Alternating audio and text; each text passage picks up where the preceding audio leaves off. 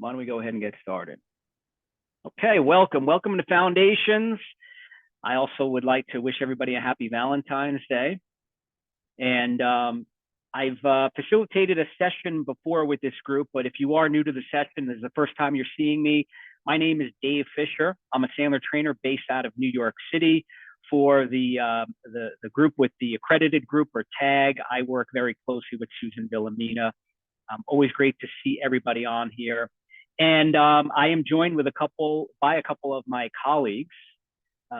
Clint Babcock, Sandler trainer based out of Tampa, Florida. Great to see you, Clint. Clint, say hello. Hello. Thanks, Dave. All right. And then we also have Sierra, one of our producers, Sierra Harlan, and we have Nadia Evans. Now, how special is this? 2 out of the 4 Sandler people we have on have birthdays today. So if everybody could please join me in wishing Clint and Sierra both a very, very happy birthday. Happy birthday. Happy birthday, guys. All right. Thanks. Okay, so a couple of things before we get started. As you know, you've gone through this before. I know that for many of you, this isn't your first Sandler rodeo, as they say, but we love that you have your videos on. It really helps with engagement. We're going to be doing a breakout room, so certainly we ask you to have your video on during that.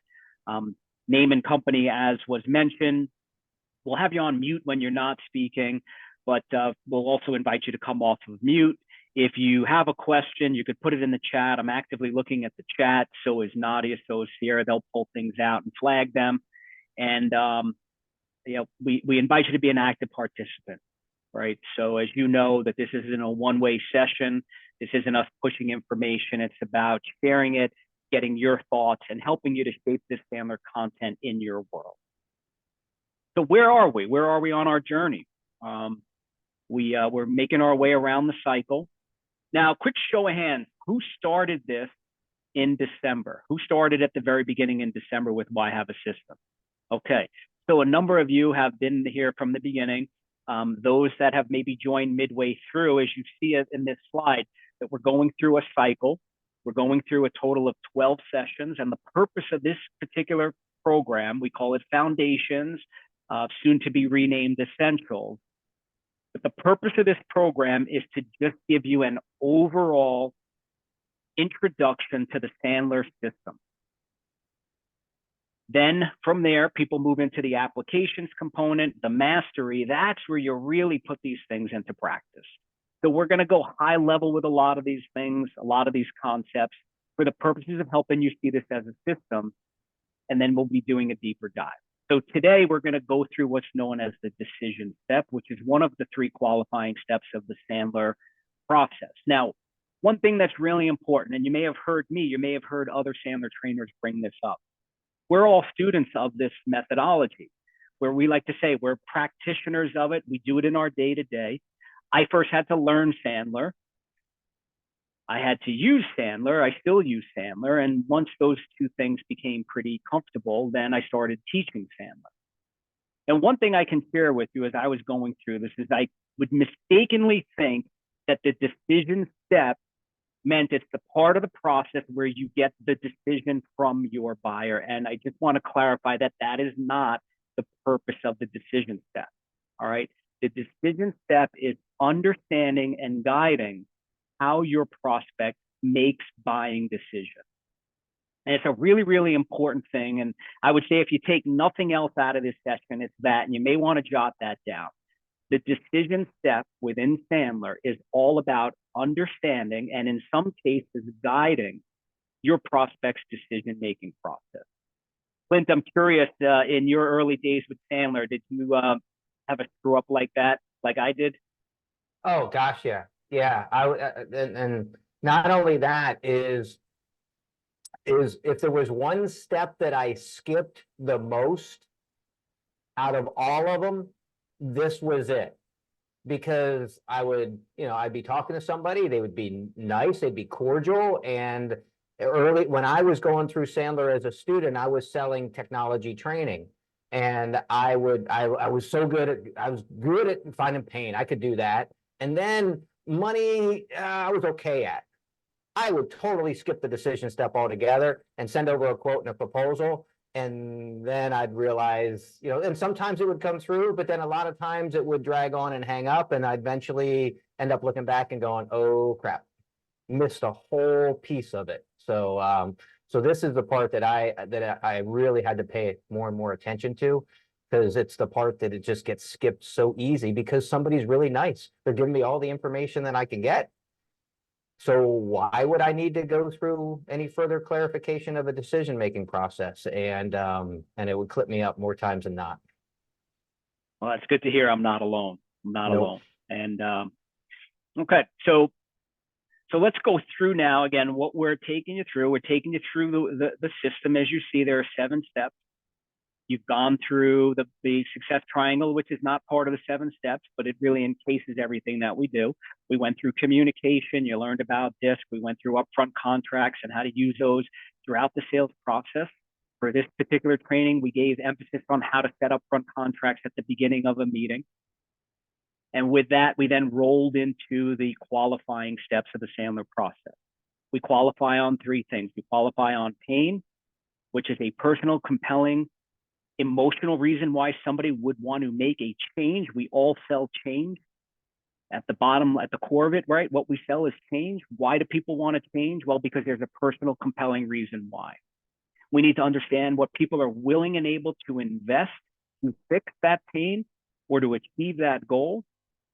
And the third thing, like I said, which we'll talk about today, is what are the steps that they go through to make a well-informed decision. So it's been a while and you've gone through a lot of Sandler. So here's what I'd like to do. I'd like to open up a little bit of a discussion before we get into today's topic. And we have a nice group here, small enough. So you could put things in the chat, or if you're not shy and you want to come off mute. Curious to know, what Sandler concepts have you used so far and how have they worked? And by the way, we're okay with, hey, I tried to set an upfront contract, but for some reason the wheels fell off. Lord knows, I've screwed this up many, many times. What's been working for you? Here's an opportunity for you to come off mute or put something in the chat. If you want to be called on, you can raise your hand using the icon. We'd like to hear from you.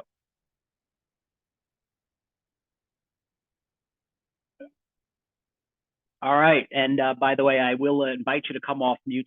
Some of you that put things in the chat. All right, so Noah, you have your hand raised. First to raise your hand. Come off mute. Tell us what's been working for you, what you've tried. So I've missed a few sessions, but jumping back in now that I have the opportunity. I've taken, again, I manage my salesperson here, but I'm also part of the sales team when we go out prospecting. Recently we had a meeting with a restaurant group that has 6 restaurants and a commissary.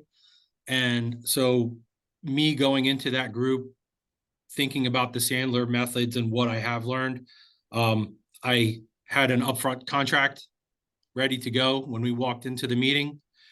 And, we had limited small talk kind of introductions, things like that. But I just took all of this knowledge and jumped right in because I knew what I wanted as the outcome. And I tried to use the techniques that I had learned. So the upfront contract, I discovered their pain points right away, which were for them managing 7 restaurants, having different vendors come out to do their repairs, multiple phone calls, emails.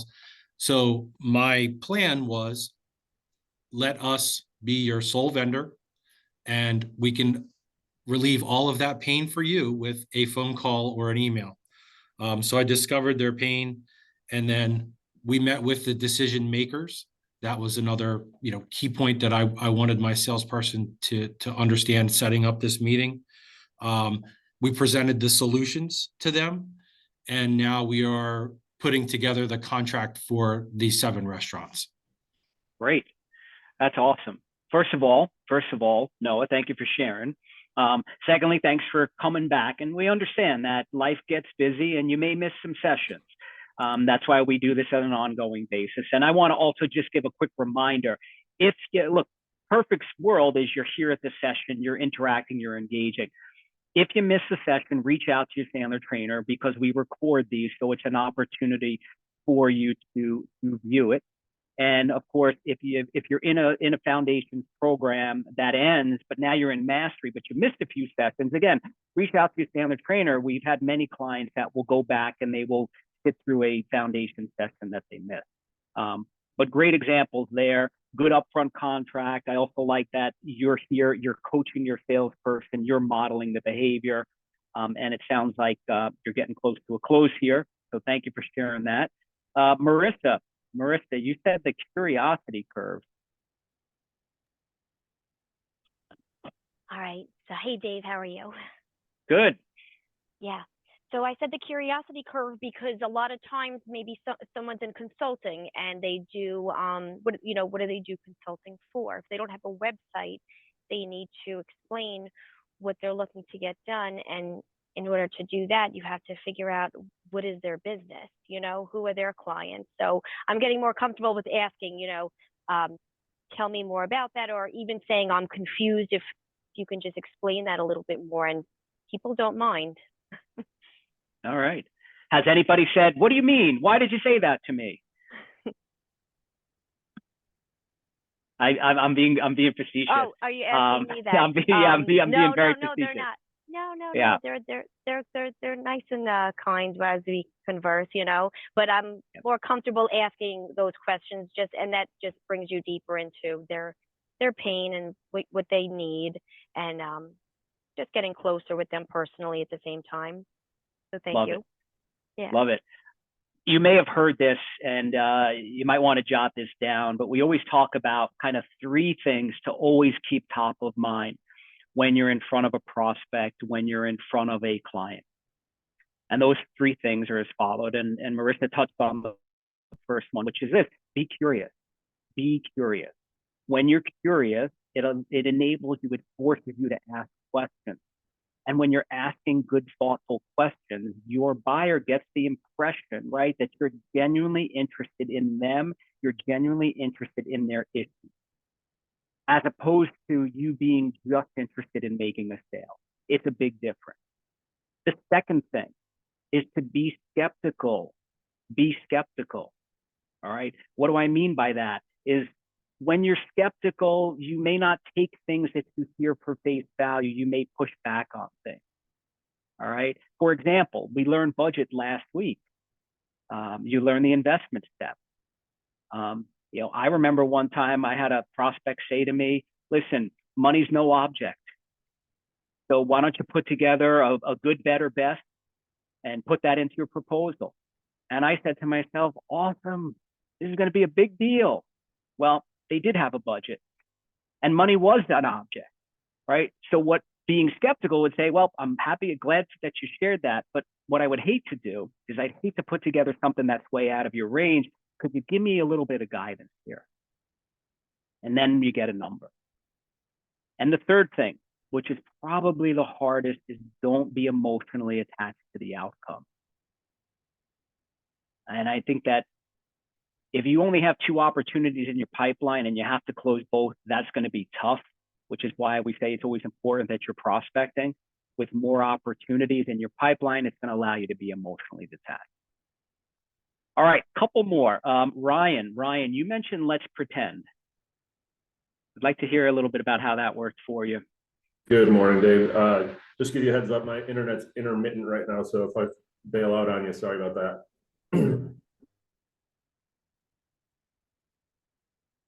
Well, he got that part out. He did. I wonder if he's freezing on purpose. You're not freezing on purpose, are you? No. Okay. All right. We'll go back to Ryan. All right. Let's do one more. How about Benjamin? A mutually agreed upon next step. Hey Dave, so yeah, I think that in the line of work we do, it kind of sets us up for a second appointment so that we can get in front of the homeowner again. And I think that in what we do, that greatly increases the probability of you actually getting the order and the sale. And would you happen to recall, Benjamin, how do you start that conversation of creating a mutually agreed upon next step? It's actually, I don't know if that's the right way, but it's actually the last thing I do is usually setting up the, the second consultation, whether it be in phone or in person or via the phone. So yeah, I think it's really just has to come up organically based on the discussion you've had, whether, you're really hitting on finding uh, alternate solutions for them, gathering information on financing, things like that. That way you kind of have something to talk about when you go to call them again. Because like you said, you never want to just call them and say, hey, I'm just calling to follow up, Mhm. Yeah. So All right. So I'm gonna throw this out to the group, and thank you for sharing that. All right. And I'll use Clint as an example. And I want the group, and you could put this in the chat or come off of mute, and tell me if this sounds like a mutually agreed upon clear next step. Okay. So Clint, I want you to play my prospect. We're at the Yep. end of our initial meeting. I had done an upfront contract. We were going to do 45 minutes. We're now at minute 44. All right. Tell me if this is a mutually agreed upon clear next step. Well, Clint, I see that we're coming up on time here, and I know you have to go. It sounds like we can help you here. So what I'm going to do is this. Why don't we set up another meeting, and maybe you can get out your calendar now and tell me what looks good for you next Tuesday at 10 a.m. 10:30 would work better. Okay. Now I'm going to pause there. What about that was not correct?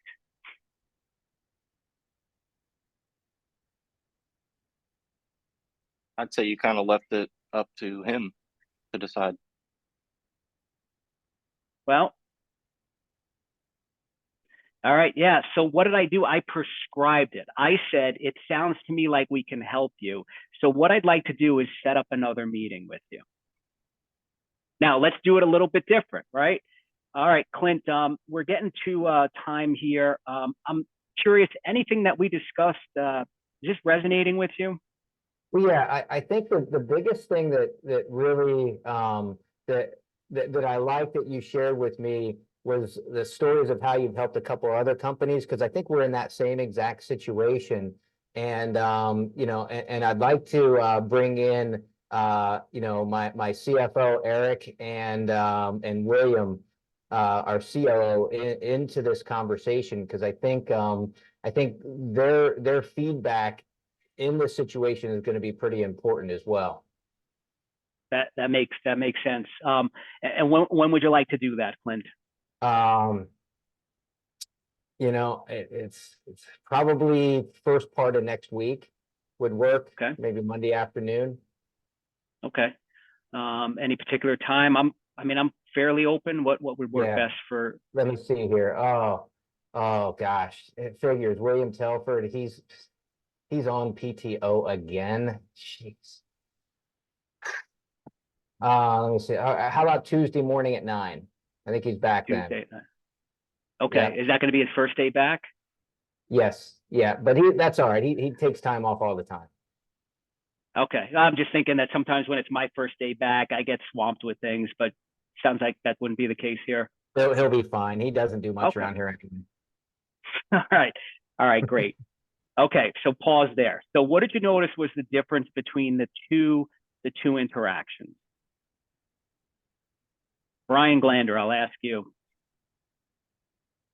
I was just going to say, on the second go round, you kind of got confirmation from him that everything that you said in the first meeting was actually clicking and making sense, and that he wanted to take the next step. And that's why he, Clint in that example was like, let's bring in the CFO, let's discuss it with, bigger decision makers, the people that probably will end up writing the checks, if it all checks out. Whereas Yep. the first presentation, you were just kind of steamrolling them like, yeah, you want to meet me next Tuesday. And he was like, what? Well, what didn't we talk about in the first meeting that you want to talk about in the second meeting? Like, what didn't we cover here? So that's the difference, I think. Yeah, great pickup. And so I want you to keep that in mind, right? That's an example of when it's mutual versus when it's what I call prescribed. Prescribed is we put it on them. And then if we don't realize that we're doing that, then what's going to happen is next week when that time slot comes up, and I think I have a meeting with Clint, he's either going to no show or he's going to basically cancel the meeting. So that's the key there. All right, great. I'll do one more thing and then we'll move on. Hey, Dave, notice Will, even though I took a unabashed shot at him, he put some good comments in the chat. Will, all right, let's see. Yeah, second round was definitive, right? Clear and mutually agreed.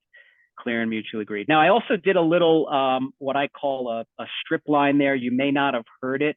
I did what's called a takeaway. So when I was setting the appointment and I heard that one of the people that was going to be at the meeting, it's their first day back, I tried to get ahead of the potential objection, which is, well, if you're like me, first day back, you're swamped. Last thing you want to do is take a meeting. So what did I do? I just had him reconfirm that close.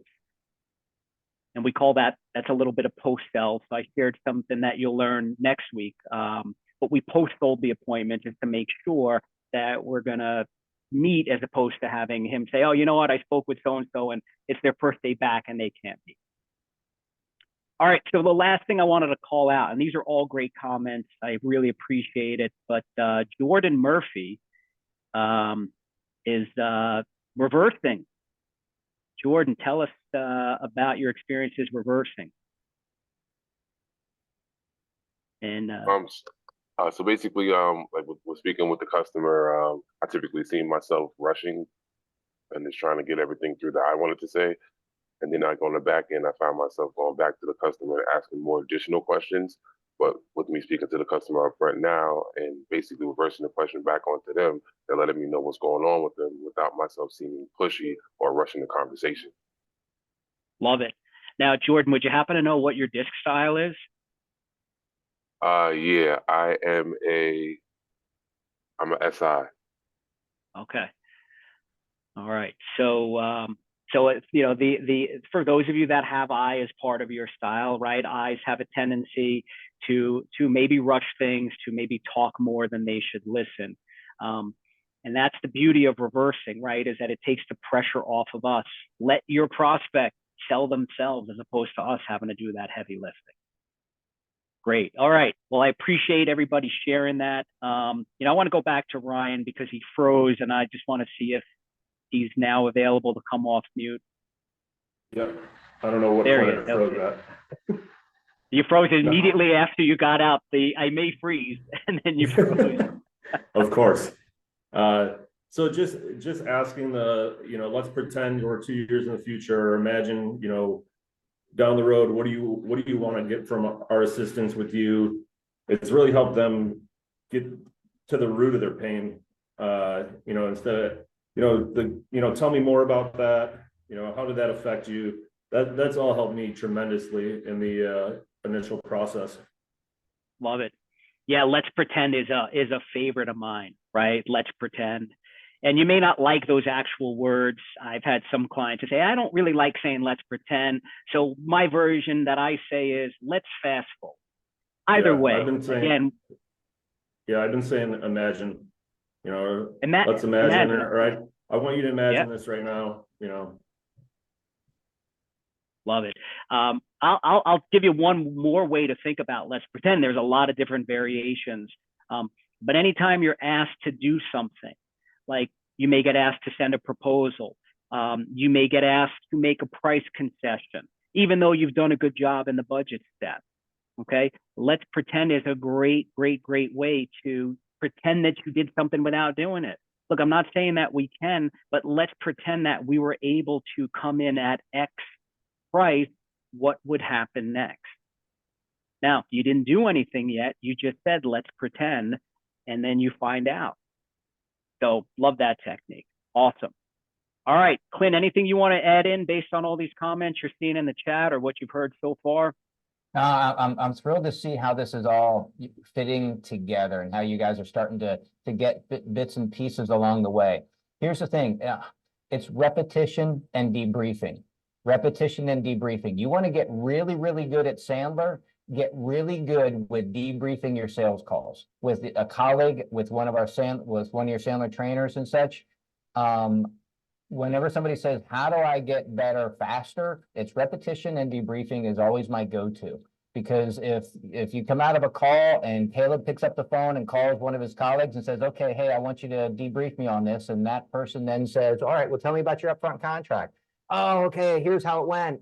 and you get to relive that movie back over again. It's like watching the films and being able to tell what happened. Well, hey, what levels of pain did you get? Did you need any reversing? Maybe you didn't. And it's just those kind of questions that you ask yourself, the pressure test across what have you learned and what are you able to play? Because I can tell you right now, Dave and I were to go out on a sales call together, and and Dave would watch me run that sales call and wouldn't say a damn thing. When we're in the car leaving that debriefing, he's going to say, Clint, you notice when they did this, you probably missed that. You may have missed that. He's going to find things, and that's going to help me get better and better and better and sharper and sharper. And that's one of the core aspects of learning this and getting it in. So the fact that you guys are able to tell us these stories and such already, I'm loving it. Yeah, back to you, Dave. awesome. All right. And in the words of Borat. Very nice.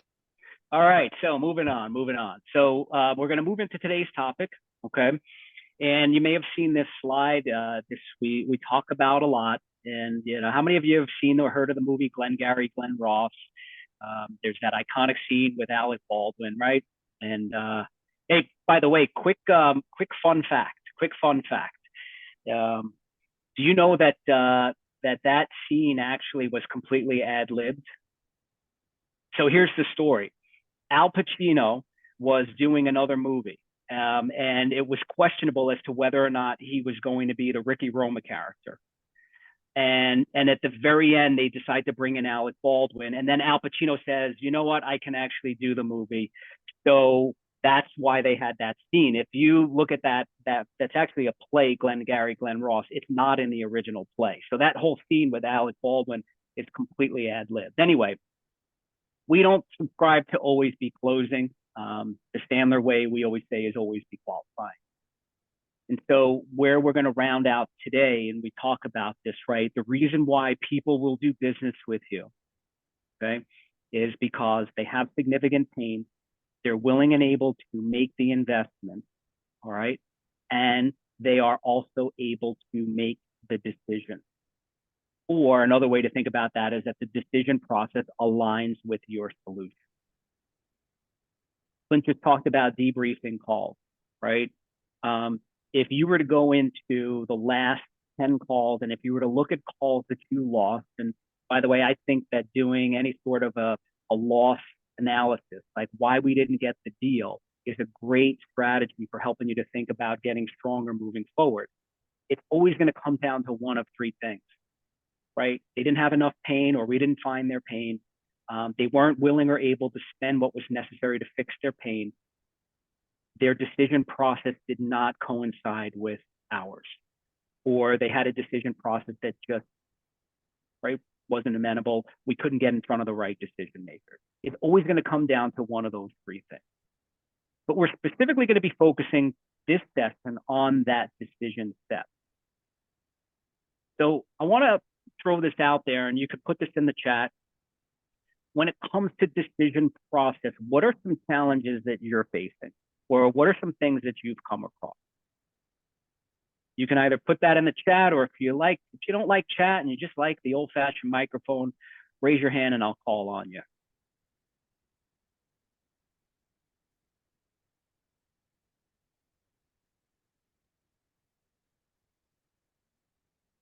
People asking how much it's going to cost right away. Okay. Now, let me ask you something. Is that a decision issue, or is that a budget issue? I'll throw that out to the group. Probably a little of both, but more so Probably on the budget side. Yeah, probably more so on the budget side. Now, Ryan, when you get that question, right, what is your typical response to that? You get on the call with somebody, and before you could even get out your upfront contract, they say, "Ryan, I need a price, give me a pricing." And maybe they don't say it like that. Yeah, I usually say I understand that cost is definitely part of your decision, but without going further in, fully understanding your business, what your needs are, it's hard for me to give you that right now. All right, beautiful. So you learned reversing in 2 sessions ago, and I know that you're getting comfortable with the technique. it is a great place for you to reverse when you get those early pricing questions. Look, I'd be happy to get into pricing. I'd be happy to share pricing with you. In order for me to do that, though, it's going to be important for me to understand what it is you're trying to accomplish. All right. Great, great, great place to reverse. So a few other things. Marissa mentioned timeline. Okay. William mentioned not having all the decision makers. Right. How many of you, show of hands, have to sell through a decision maker? Okay. So that's a big one. Right. We don't have the decision maker in the room. What happens often to us is that we talk to a person just gathering information and he will present it to a boss. Yeah. But we are not talking to the boss. We just talk to a plant operator, for example, and he just wants gathering like as much as information and telling then his boss, look, this is what I've got. And then it could be a yes, no, or maybe whatever. Okay. So we call that a gatekeeper. How many of you deal with gatekeepers? Yep. Right. It's the, I was tasked with doing this. I was tasked with doing this. I was tasked with calling 3 providers and getting information. Okay. So let's see a pretty comprehensive list. So not interacting, right? Not understanding the timing. Now, one of the issues could be, it wasn't mentioned, but I know personally I struggled with this, was I wasn't comfortable asking who's involved. I remember one time I was on a call early and I asked the worst question possible. I said to the prospect, I said, are you the decision maker? Why is that the worst question possible?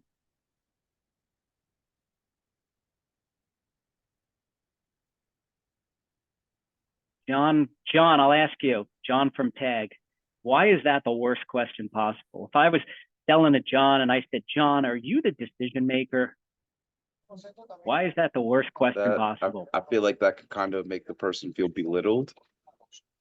Yeah. And you know, not making them feel inferior, basically.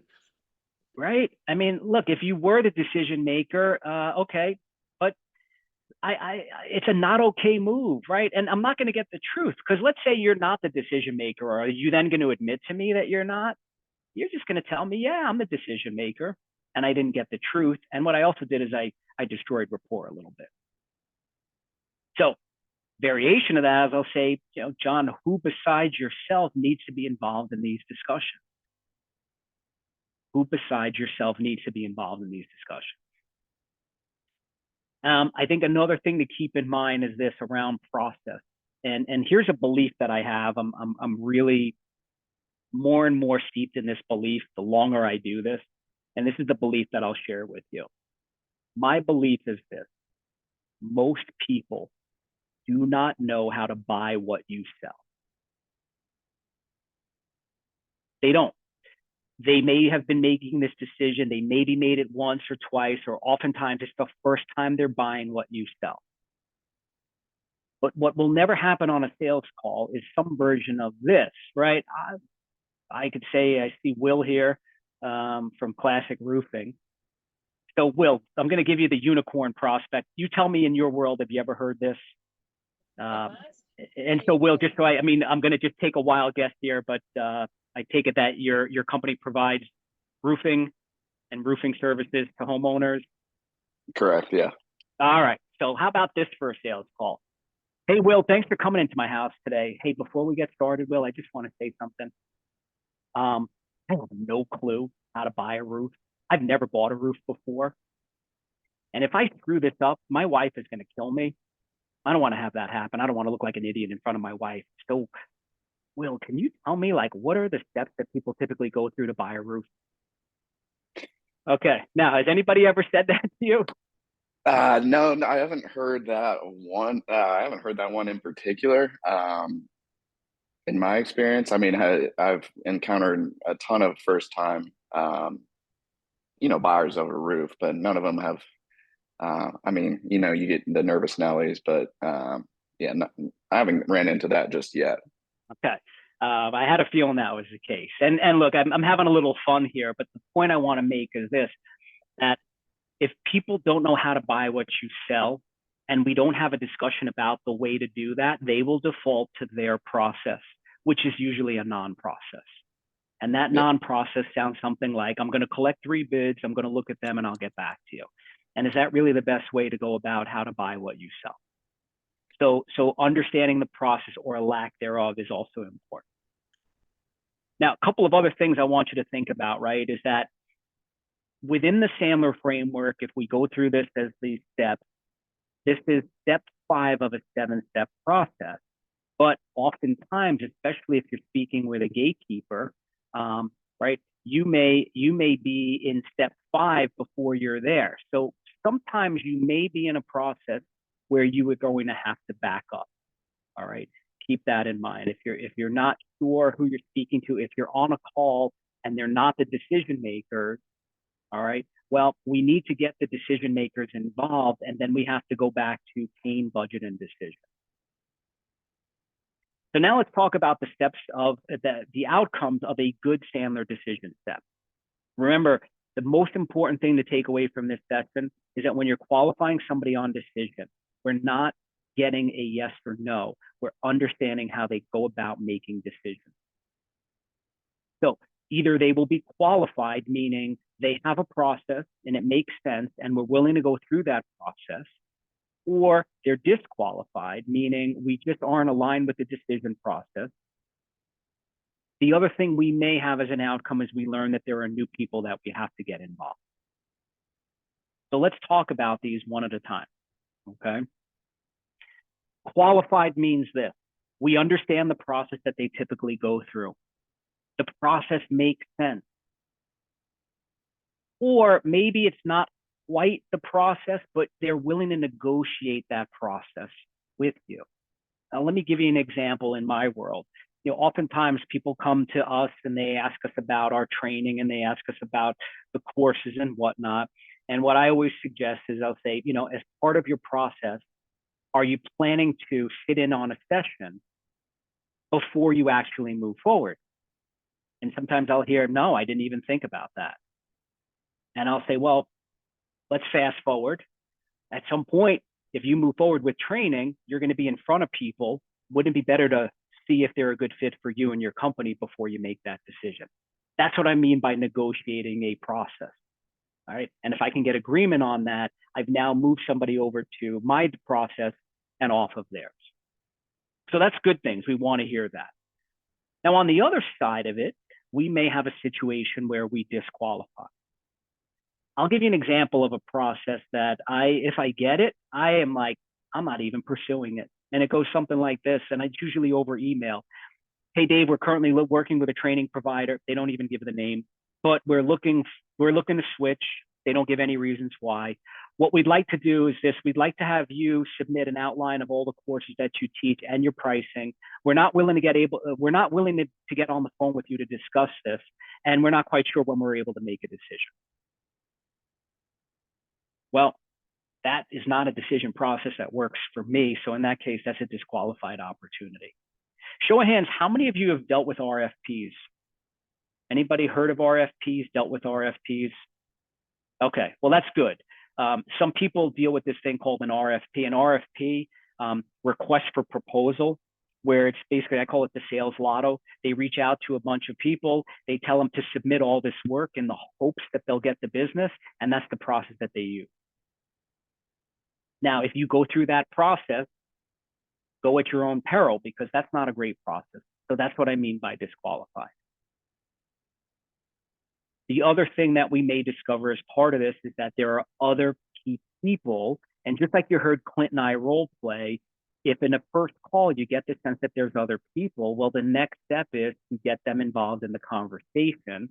And this is where we would have to go back to, we set a new upfront contract. We try to uncover those other decision makers' pains. And then we continue to learn more about the decision. So another thing that you keep in mind with this Sandler process is that it's not a one and done, it's fluid. It may take you a couple of steps. You may move around within this pain, budget, and decision. But recognize that you shouldn't move towards a close until you've fully qualified on these 3 things. All right, before I go further, anything I can clarify? Does that make sense? Okay. So in a perfect world, right? You have a conversation. You're on that one call close. I'm going to use Will again. So Will, is it possible that you could close something in one call? Absolutely, yeah. Okay.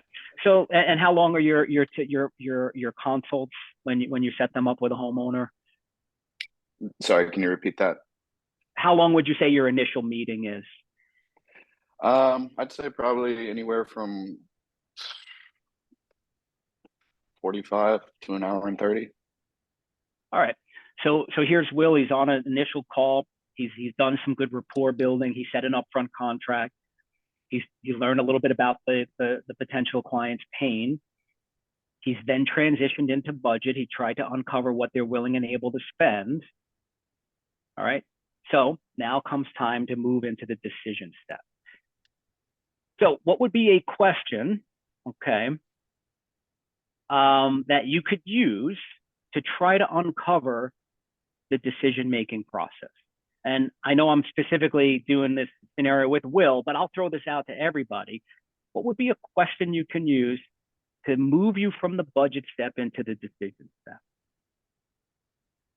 Anything? I guess I would say, you know, you could always ask him. I took this from another Sandler lesson, but of course, you can ask them up front. If you've done a roofing project or if you've gotten other bids, you kind of expect where your numbers should lie in, and then I guess you could say, if we can meet all your qualifications and get within your budget, I mean, would you be opposed to getting something, on paper today? Okay. All right. I like that. And I would say that is a great question to use, but I would just say use it a little bit further down because we're still trying to figure out their decision process. Oh, gotcha. Right. Now, you did say something though that I want to tap back into. You said you want to find out if they've done this before, right? So how might you ask me that question? You've talked about, you've got a little bit of my pain, you got a little bit about my budget. How might you ask that question? How would I ask it? I mean, if you're asking me, I'm a first time. We're meeting for the first time. I told you about my pain, told you about my budget. Now you want to understand a little bit about my decision process. I mean, I'm sure you're going to have something to say about it, but I mean, would it be a bad idea, or would it be bad to just ask them? Like, is there anybody? No, I don't like that. I don't just, what's your decision-making process look like on a project like this? I know it takes, there you go. A decent investment, and there's always timelines involved. What's this look like for you guys? Okay, there you go. All right, absolutely. So, when it comes to a decision like this, okay, now let me give you a variation. You may say, and you could use some third-party language. Sometimes I meet with people, they've purchased a roof in the past. In other cases, this is the first time they're doing it. Help me understand, like, which one is it for you? If they say, no, I've done this before. Okay, great. Well, what was the step? What was the process that you went through? So that could be a way to figure it out. Now, if you know early on that they've never done this before, again, a simple, easy question to get you into the decision step is, when it comes to making a decision like this, how does your company, or how do you go about that? And what you're going to start to do is you're going to start to hear if they have a process or if they don't. And what you may find out is things like, oh, well, I'm the decision maker. I'm the only decision maker here. You may tap into ego. The goal here is and now you could also add in third-party language and say, oftentimes I know that when selling to an organization, there's usually other people that are involved. What might that look like?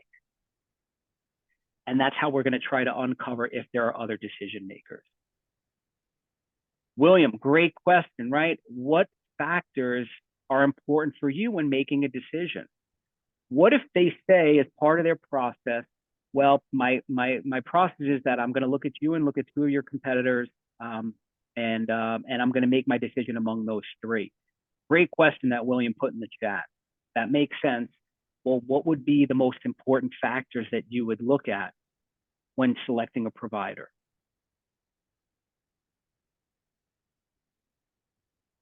Let me give you an alternate approach. All right. So one is you can ask them about their process.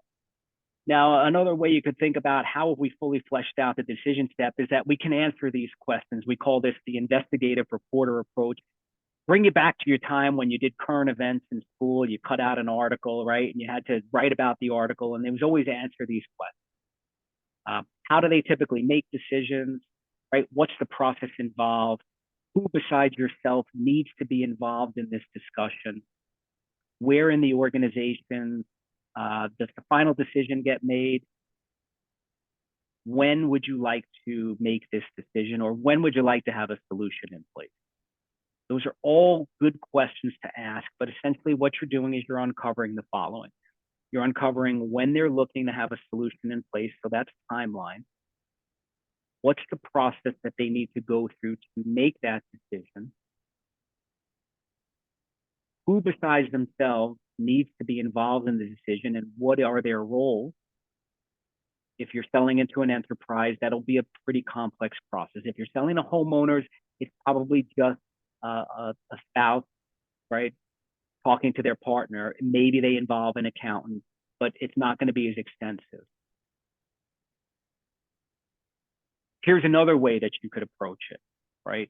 Which is you could use what's called a timeline approach. And the way you may start the question off is a little bit different. Instead of asking process, the question I might ask, and just by show of hands, actually, is it Caleb? Caleb, did I pronounce that correctly? Yep. And yep. Caleb, if I understand RightWorks, you're selling, is it HR services into organizations? We sell cloud hosting and security solutions, that sort of thing, to accounting and tax firms. Okay. So you're selling into pretty large companies. Small to medium-sized businesses. Small to medium. And you have a, you know, I would say a complex solution that you're embedding into their organization. Yeah. Okay. So maybe Caleb might start with something like this. Now, Dave, whether you go with us or you go with somebody else, when would you like to have this solution or this software up and running? Maybe I should just open with most of the people I deal with are already customers. Okay. My outward-facing title is strategic advisor. So everyone coming into me is already a customer. All I'm doing is trying to upsell or see what their needs are. Got it. Okay. All right. So that might not apply here. But if, let's say you're selling into a new organization, rather than use the ask about the process, we can use timeline as the opening question. You know, I'm gonna use TAG as an example, right? They provide funding to businesses, so I might say, William, you know, whether you go with us or you go with a provider like us, when would you like to have funds available? Sooner than later. Okay. All right. Now, notice that was a wishy-washy term. I appreciate that. So that might require another reverse. All right. Well, help me understand what that means, sooner rather than later. Well, I'd like to have the money sooner, but if it takes a little bit longer for you to get it for me, then I'm okay with that. Okay. All right. So now if you don't get a date, I may just pick a date, right? I may say, all right, great. Well, what if we were to be able to get to the funds by the end of February? That would be great. Okay, great. Well, why don't we walk through the steps that would have to happen for us to be in a position to make a go, no-go decision about the funding? Is that fair? Yes, that is. Okay. What did I do there? I've now basically mapped out a timeline. And so once I have a timeline, I can say, great, so what are the steps that have to happen in order for us to be able to make a go, no-go decision so that you can have the solution in place by this date? This is something that you can do real simple if you have a pen and paper. If you use whiteboarding on Zoom, You can just do this. You put on the left side, you put today. On the right side, you put the date that they want the solution in place. And then you just simply use this to talk about their decision process. Has anybody heard of this approach before? Timeline approach, show of hands. All right. So I would say if you have a situation where you're selling a little bit more of a complex solution, rather than ask the question about what's the process that you go through, you may want to start with, when would you like to have a solution in place? I also caveat that with this language. It's important. I say, whether you go with us or a provider like us, when would you like to have a solution in place? Now, why do I say that? Why do I say, look, whether you go with us or you go with a provider like us, when would you like to have a solution in place? Anyone pick up why I'm saying that? Giving you a timeline. Okay. So it's a softer approach. I'm trying to get a timeline. Actually, William, you said it's softer. What specifically made it softer? Because it wasn't as direct. Could have been more direct. Like how many of you heard something like this? What would I have to do to get you to make a decision by the end of this week? Right, it's awful. That's awful. What I'm also doing is I'm isolating us from their decision timeline. Now, Marissa, if you can come off, you said makes them in control. Tell me a little bit more about that. Yeah, so just again throwing options out there their way, and making it not so much about pressure as far as, you know, making it a healthy flow of a well-rounded sales call. Mm-hmm. Yeah. Remember, we're always trying to get the truth. So if I take off pressure, I have a greater likelihood of getting the truth. Sounds good. Whether you go with us or you go with somebody like us, when would you like to have a decision or a solution in place? Follow-up question to that. What happens if you miss that date? Important, because what that will do is that will tell you if you have a firm timeline in place. And by the way, William, I want to give you a quick shout out. I appreciate you playing somebody that's not giving a firm timeline, okay? So I want to make sure we have an understanding of timeline, right? And so if they give a date, whatever date they say, I'm just going to casually say, suppose you missed that date. Because what that'll do is that'll uncover some pain or lack thereof. Like I've asked somebody that and they said, well, then we'll push it out another quarter. That tells me that this isn't urgent. Noah, you have your hand raised. Yeah, I was just gonna kind of ask, you kind of just said, answer my question, but so if you give them this opportunity to kind of create a timeline and they have no clue about a timeline, would you disqualify them or would you give them the opportunity to kind of put something together? Great question. So in this case, right, I'm getting the sense now that Noah doesn't have a process in place to buy what I sell. Is that fair? Right? No, if I'm understanding you, it's like, well, what if I say, what's the process that you go through? And you look at me like I have 10 heads. Right. Then I might say, okay, no, I'm getting the sense that this might be the first time you're going down this path. Is that fair? Yeah. I guess, would you help them work through the timeline process? Or like you said, if it's not an urgent matter for them, do we continue down the road with this prospect? If you can see that it's obviously not urgent for them, they have no clue of when they want to implement this, or, you know, they're just kind of like, okay, you know, they listen to everything else, but then when it comes down to a timeline, which is crucial for both sides, and they don't have an idea, you know, do we say, Right. okay, well, maybe, you know, this isn't for you? So if I get the sense that they don't have a timeline in place, like if I say, look, whether you go with us or somebody like us, when would you like to have a solution in place? And if I hear something that sounds like, I don't know, or I don't know, right, I'll say, okay, so I'm getting the sense that this really isn't anything urgent. Is that fair? That would be my question. Is that fair? right. And then if you were to play along with me, Noah, I just said that to you, if you were the prospect, and play the prospect that really has no urgency. And I say, I'm getting the sense, Noah, that perhaps maybe this really isn't urgent. Is that fair?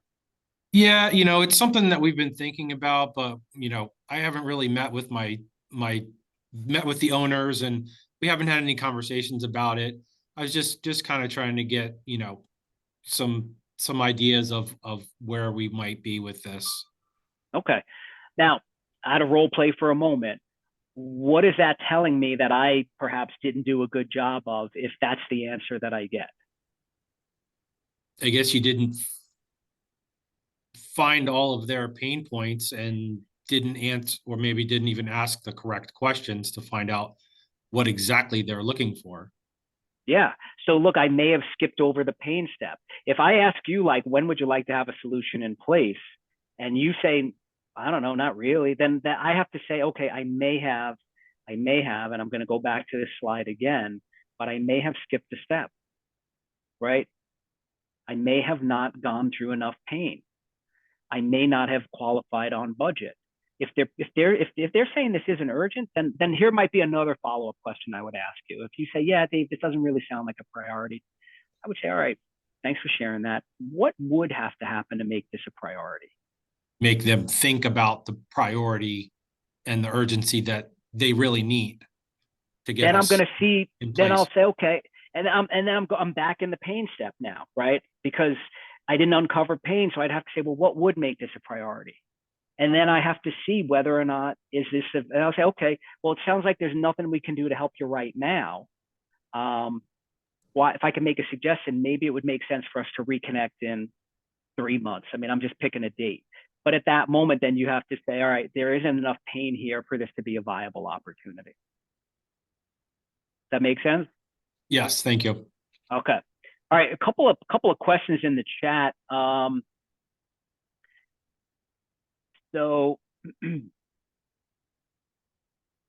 Gerald, Gerald, if you wouldn't mind coming off mute, Gerald Travato. Yes.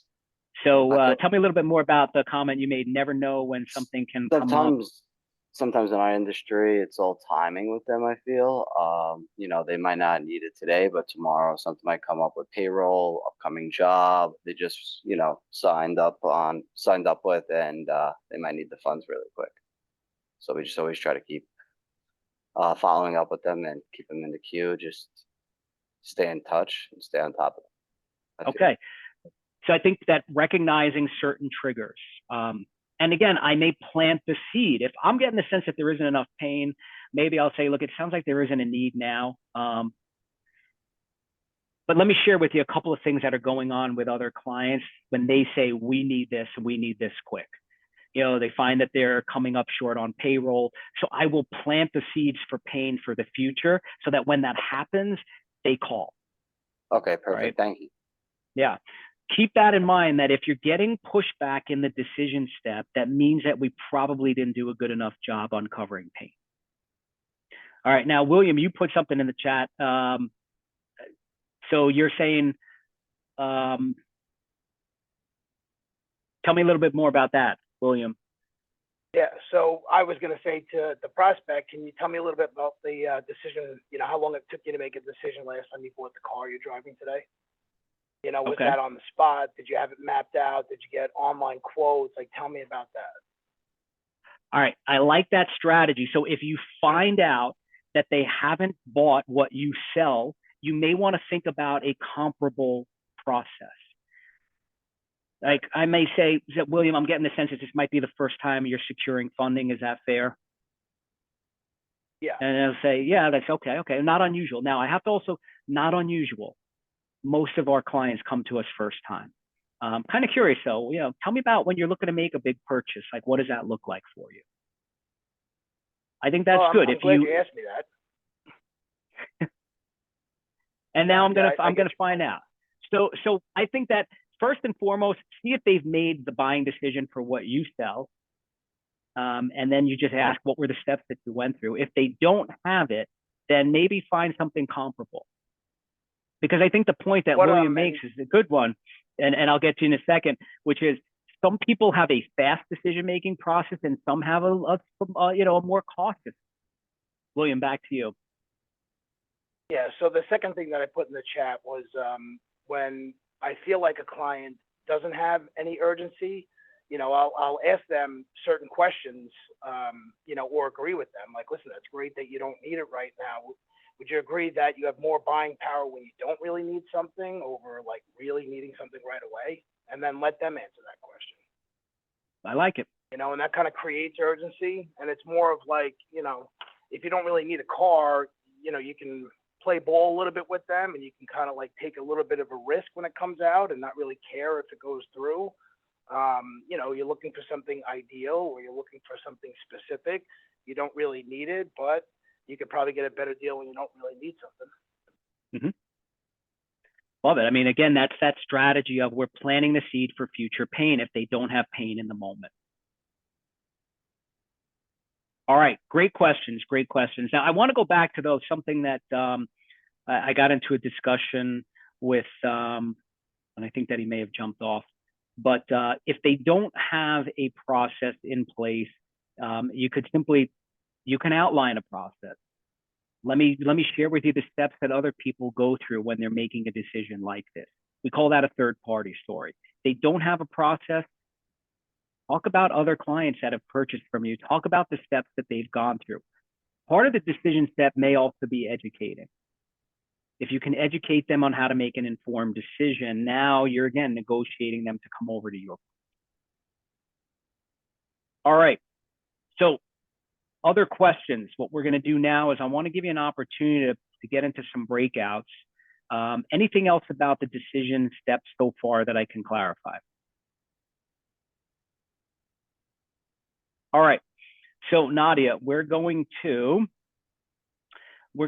take everybody out of your world. We're going to have you, if you're part of TAG, you're just for a moment, you're not working for TAG. If you're with other organizations, you're not with them. Okay, it's a very generic role play here. What we want you to do is we want you to pretend that you are a selling professional and you are selling kitchen equipment to a restaurant owner. So one of you will play the salesperson, one of you will play the prospect. We'll put you into rooms of 3. This way you can cycle around. The third person will just be the observer. So all you're doing is you're just getting comfortable having these questions on uncovering the decision process. So the salesperson may start off with, when it comes to making a decision like this, how do you go about it? And then what I want you to do from there is just ask a couple of those clarifying questions to uncover things like who's involved, what's the process, when they'd be looking to make a decision. All right. So does that make sense? Anything I can clarify? Okay. So Nadia, if you could put them into groups of 3, we will give you 10 minutes. This way you'll all get a chance to practice this. And then we're going to bring you back. I want to hear what worked well, what clarifying questions that you have.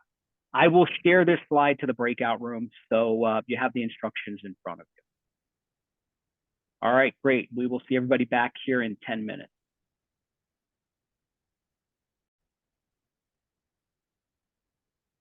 All right, welcome back. Welcome back. All right, so we're approaching the final part of today's session. One thing I just want to pop up here real quick, and it's also in the chat, but here's an opportunity for you to share your takeaways, lessons learned. You'll also have an opportunity to evaluate the session and give us feedback, and we appreciate any and all feedback. Our goal is to make these sessions as valuable as possible. So if you like QR codes, go ahead and snap that with your phone. If you like links, look in the chat. And we thank you in advance for filling that out. All right, so let's hear what you came up with, how it went. I know it was a fairly generic example, but the purpose of it was to just get you comfortable around using the questions to uncover decision process. So let's start off with the room with Elaine, Alexis, Chris, and Ryan. And is it Alan or Elaine? I apologize if I got it wrong. It's okay. Don't worry about it. I've been dealing with it my whole life. Here goes Alan. You're not Here goes the pitch. Okay. All right. Give Dave the good pitch.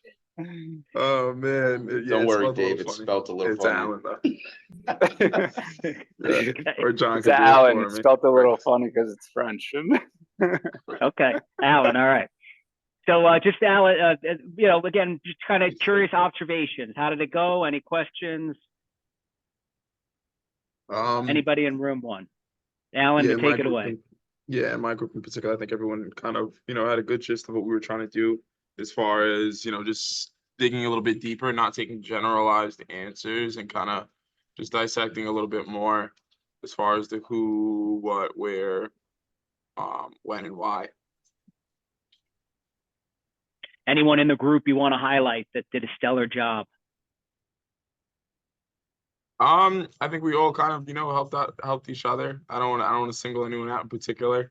But I Okay. think we all kind of helped each other and did, gained as much from it as possible. All right, very diplomatic. Thank you for that, Alan. All right, let's go to room two. Brian, is it Eric? Erich? It's Erich, but that's German, so it's hard to say. Eric is fine. Okay. All right. So any feedback in your room?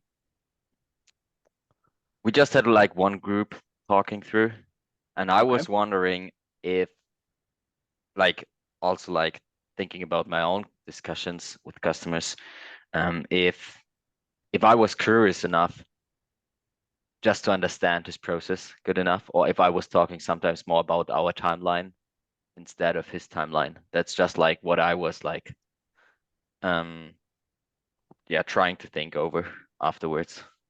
Yeah. Meaning, like, is this discussion around timeline more For example, our lead benefit or times. for theirs? For example, Yeah. lead times. We manufacture everything in Germany. So, and then I normally start to talk about, hey, we have to ship things and it will take 4 weeks and so on. And then I'm coming to our timeline instead of, first of all, understanding his timeline. That was something I was like thinking about, because I was not asking questions, but getting more involved in answering questions. And yeah. Okay. And I should have clarified this a little bit more. If you remember the question about timeline, right? It's, if I'm speaking to the prospect, I would say, when would you like to have a solution in place, right? That's the opening question to get a sense for their timeline. Now, if you were to ask that question, what do you think you might hear? Let's just say I asked that question of one of your prospects today. Eric, what might they say? Whether you go with us or somebody like us, when would you like to have a solution in? December, end of the year. Okay, so you say end of the year. Now, in your world, right, how much lead time do you need? Depends how many orders we get. Might change from 3 months to 12 months. Okay, well, let's just use 3 months as an example, right? So what I would do is I would say, all right, so in order for you to have implementation by year end, and I would put year end on the right, because that's implementation date, I would then go a little bit to the left and I would put a hash mark and I would have that 3 months from that date. And I would say, okay, well, on our end, we would need 3 months lead time, which means that we would have to have a go, no go decision by this date. So then the next line in the timeline is when we would need to make a decision. We'd have to have a go, no go decision by that date, which gives you enough lead time to deliver the when they want it implemented. Then I would say, all right, so 3 months out from end of the year is October 1st. We're now at February 14th. Walk me through the steps that your organization would need to go through to make a go, no go decision by October 1st. And now what I'm doing is I've created 2 timelines, right? There's the timeline that you need to be able to successfully implement. Then there's the timeline for them to be able to make the decision. And what I'm trying to see is, does this line up? Okay. All right. Yeah. Great question, Eric. Okay, let's go to room number 3. That was Caroline Gerald Jordan.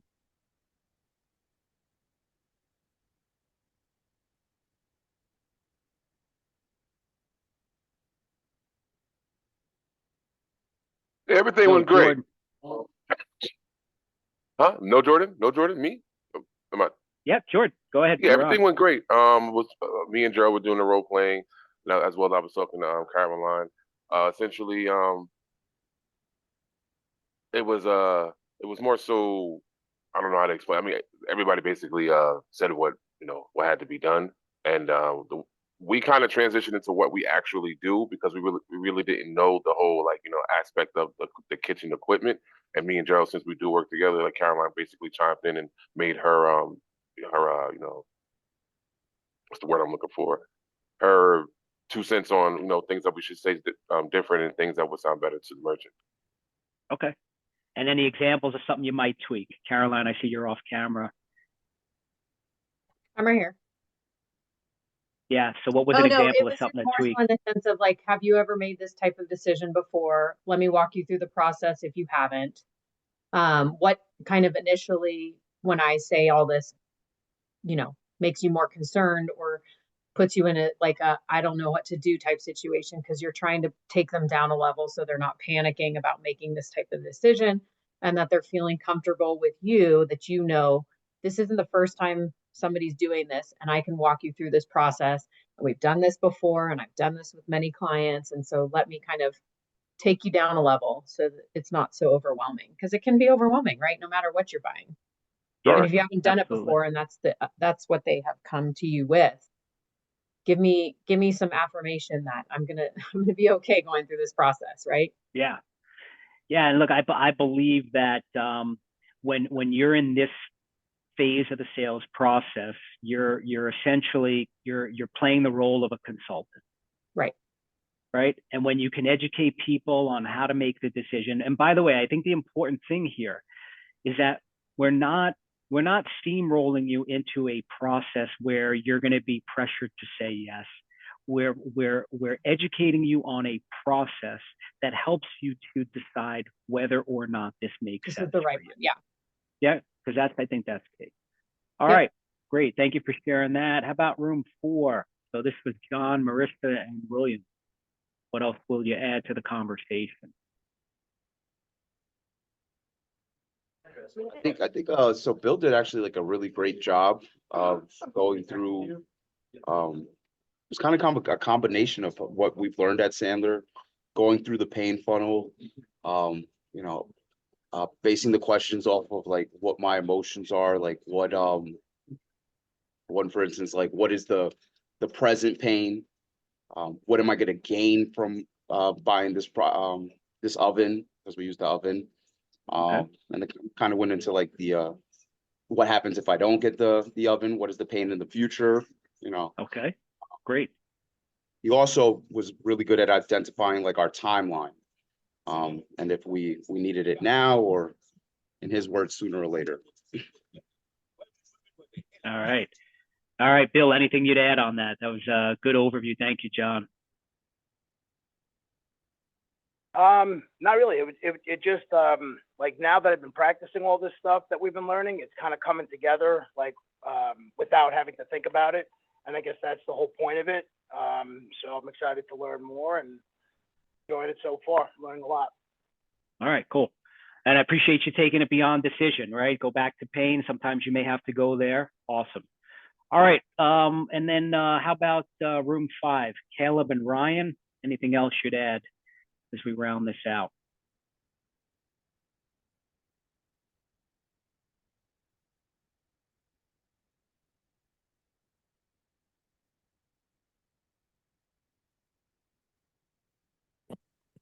Nothing in particular, Dave. I mean, it went well. We discussed our processes. I mean, Caleb and I obviously have a fairly similar experience going through identifying the decision makers and going through the steps there.